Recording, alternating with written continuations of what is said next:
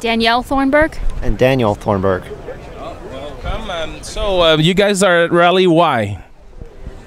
We just wanted to find a big group of atheists together because we don't have very many at where we live. We live out in Tennessee. Yeah, Bible Belt. Place to feel safe, basically, for a day.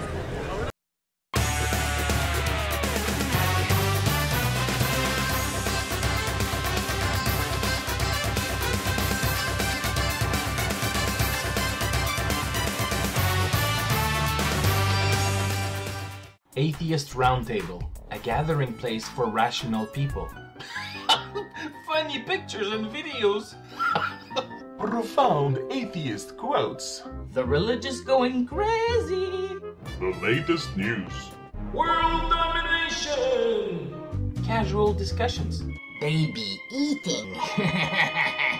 The ultimate forum for a lively dialogue. Come join the fun at atheistroundtable.com. Germany's solution to the radicalization of Muslim youth. There are about 4 million Muslims in Germany, where they represent roughly 5% of the population. Over the years, German policymakers have noticed a disturbing trend of radicalization among Muslim youth. They explain this trend by pointing to imported radical imams and clergy. In Germany, the vast majority of Islamic clergy are from Turkey. Having little knowledge of German language, history, or culture, these imams tend to promote a radical interpretation of Islam which is incompatible with modern-day Germany. The government has come up with a pragmatic two-part solution to this problem. Part 1 involves the creation of a publicly funded Islamic theology program at Tübingen University. Part 2 involves putting existing imams through a crash course in German culture and language. The goal is to produce a moderate clergy that is imbued with a form of Islam which is anchored in and compatible with modern Germany. It is also hoped that German-speaking imams will be better able to promote moderate Islam among German-speaking Muslim youth. It is important to note that the government already provides public funding to most Christian and Jewish theology schools. Atheists may object to any use of public funds for religious purposes, but Germany does not have a strict separation of church and state.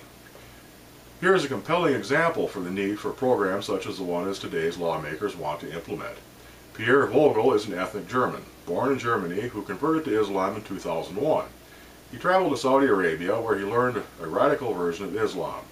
He returned to Germany in 2006 and started to spread a radical version of his religion. Over the years, he has gained a massive following in the German-speaking Muslim youth, mainly because of his eloquence in the German language. If successful, these new programs will end the importation of radical clerics and provide a moderate alternative to the extremists such as Pierre Vogel. Moral hypocrisy continues. An investigation reveals yet another Vatican sex scandal. Popular Legion of Christ Reverend Thomas Williams has admitted to fathering a child some years ago. Legion of Christ General Director Alvaro Corcuria has known of the incident as far back as 2005, but took little action at the time. Corcuria had asked the well-known television personality if the incident was true, and accepted Williams' word when he denied what happened. Later that year, Corcuria got confirmation that Williams was a father in more than one sense and requested he cease public ministry. However, he was still allowed to teach morality to seminarians and continue television appearances expounding the virtues of ethical behavior. He is the author of 14 books, including Knowing Right from Wrong, A Christian Guide to Conscience. But as he keeps expounding the importance of virtue, his hypocrisy continues the trend within the Catholic order. Founded in 1941 by Reverend Marcial Marcio, the Legion of Christ religious order has had to make more than its share of apologies for sex crimes. Followers were stunned to learn that Reverend Marcial was sexually abusing his seminarians while fathering 3 children with 2 women. That scandal carried with it substantial weight, as Pope John Paul II was impressed by the order's flair for recruiting both money and young men. This latest scandal has also raised the ire of the U.S.-based group Survivor Network for Those Abused by Priests, whose members are calling on the Pope Benedict to remove Corcuria immediately, saying that he can no longer keep rewarding or ignoring serious wrongdoing.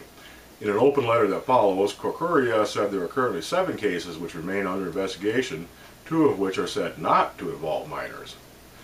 The Vatican officially took over the order in 2010, citing that it needed to be purified through reform. Yet few actions have been taken to prevent further scandals other than to pray about the topic. Kuwaiti emir opposes Sharia law request. The emir of Kuwait, Sheikh Sabah El Ahmad El Dalal, is not in favor of proposed legislation that would amend the country's constitution. The new law would require that all future legislation adhere to strict Sharia law. Kuwait is ruled by a Sunni Muslim monarchy and political parties are banned in the oil-rich country.